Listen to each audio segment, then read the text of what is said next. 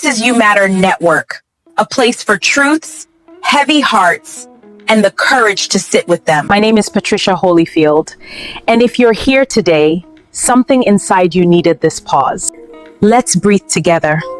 No need to carry everything alone here. The best time to subscribe is now, if you're looking for a space that addresses heart concerns carefully. Today's story sits where loyalty, guilt, love, and irreversible choices collide. Marvin, help us understand what was shared and why it weighs this heavily. Of course, Patricia. Today's story comes from someone who chose to remain anonymous. It reads as follows. Good morning, Patricia. Good morning to your readers as well.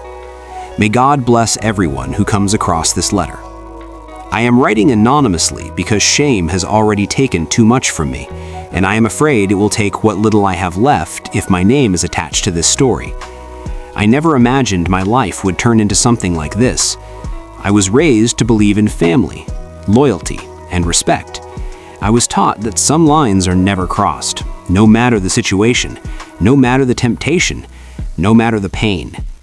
Today, I am living proof that knowing what is right does not always stop a person from doing what is wrong. I went to stay with my sister and her husband for a while. At the time, it felt like a safe place to land. My sister has always been good to me. She is not just my sister, she has been like a second mother, a friend, and a protector. Growing up, she defended me when others didn't. She sacrificed for me when she did not have much herself. I trusted her home would be a place of peace. But their house was never calm. From the first week, I noticed the tension. They argued a lot. Loud arguments, the kind that make walls feel thin and silence feel heavy afterward. They called each other names. Words were thrown like weapons. Sometimes objects followed. When things got bad, he would leave the bedroom and sleep in the living room, while my sister stayed inside crying or praying or both.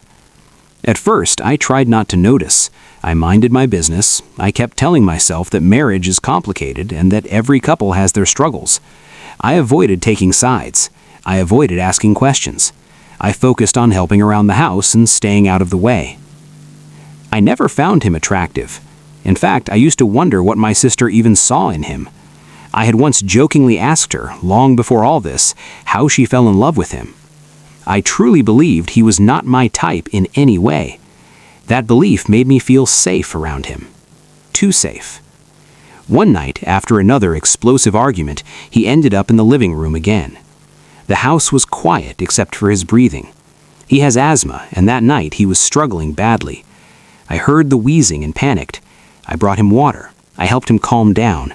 I told him to take slow breaths. I told him it would pass. He started crying. I had never seen him cry before. Not loud crying, but the kind that comes from exhaustion. He said he was tired of everything, tired of fighting, tired of being misunderstood, tired of feeling like a failure in his own home. I listened. I shouldn't have, but I did. I told him marriage was not easy. I said words meant to comfort, not realizing how dangerous comfort can become when boundaries are already weak. That night changed everything. I won't describe details. I don't need to. The weight of what happened does not come from how it happened, but from the fact that it happened at all. What I will say is this. Something broke inside me that night, and something dark took its place.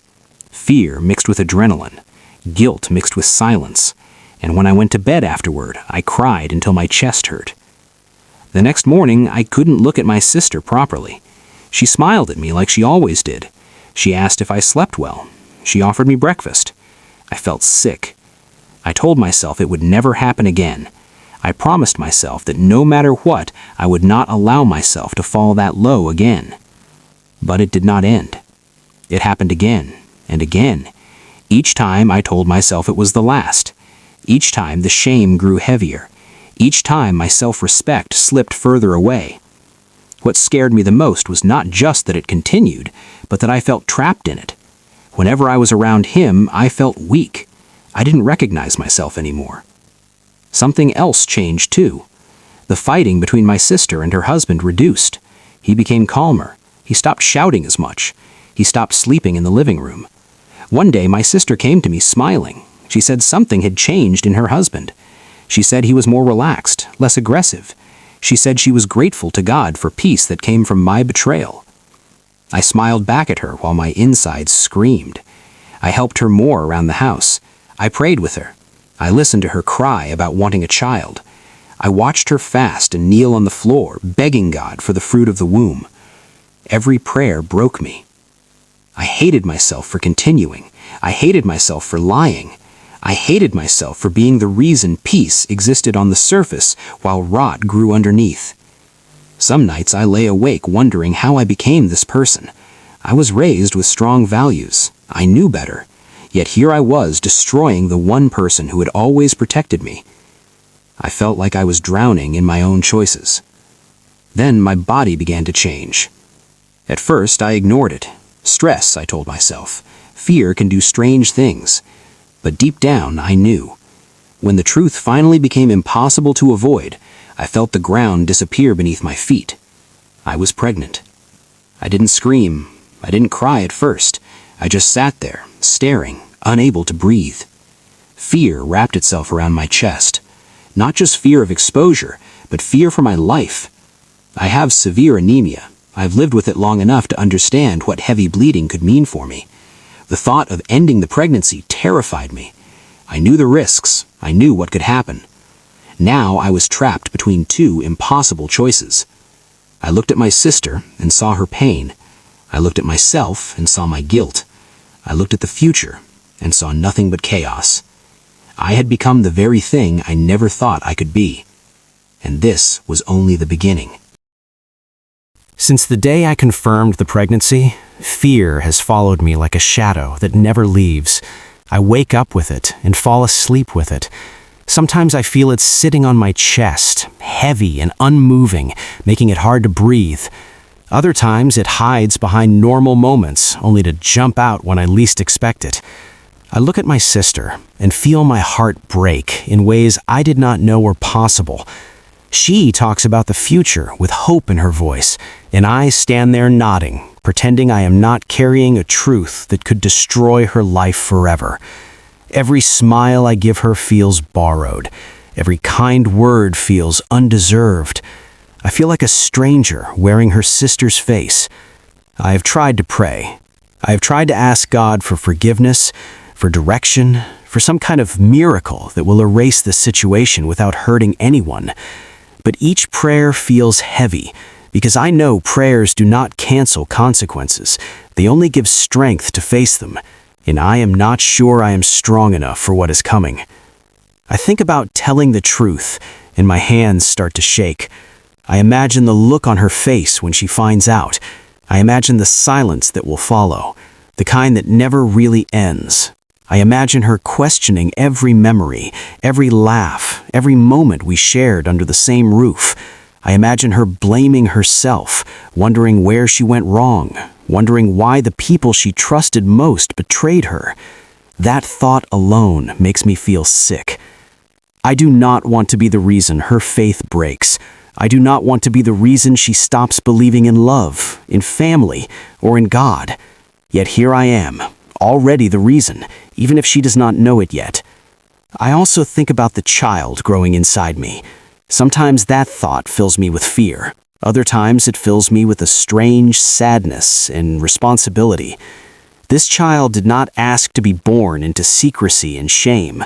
This child did not choose the circumstances that created it. And yet, from the very beginning, this child is surrounded by lies. I wonder what kind of mother that already makes me. I wonder if keeping this pregnancy means choosing myself over my sister, or if ending it means choosing survival over truth. The medical risks are real. I know my body. I know what severe anemia has done to me in the past. I know how fragile my health can be.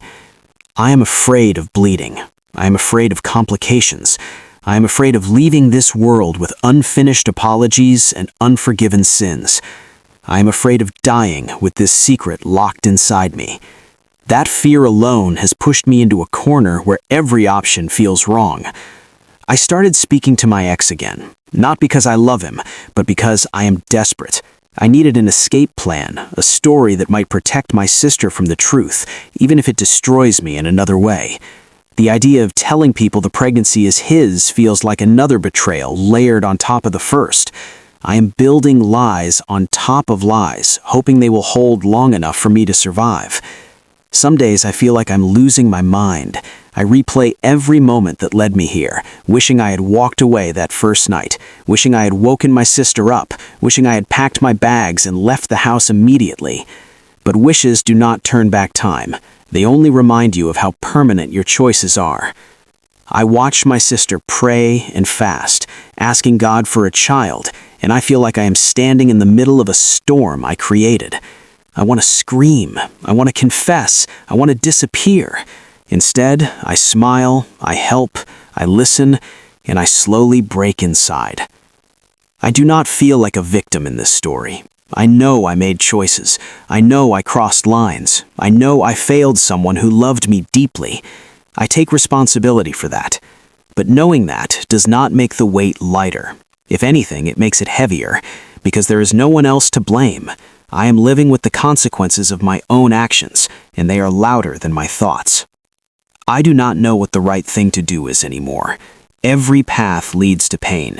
Every decision hurts someone. I'm writing this because I need help, not judgment. I need wisdom, not insults. I need voices that can see clearly where mine is clouded by fear and guilt. If you were in my place, what would you do? How do you choose between truth and survival when both come with unbearable costs? How do you protect someone you love from pain you already caused? How do you live with yourself after something like this? I am asking because I am lost.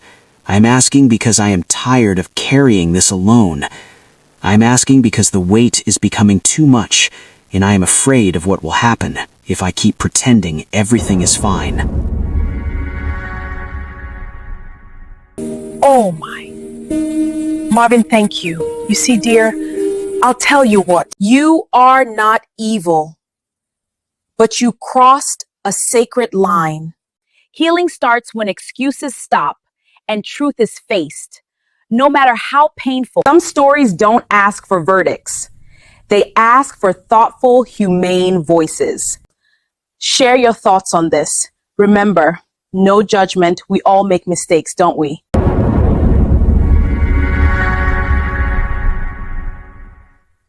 Please do well to subscribe. We are building something strong here. And remember, even in complexity, you matter.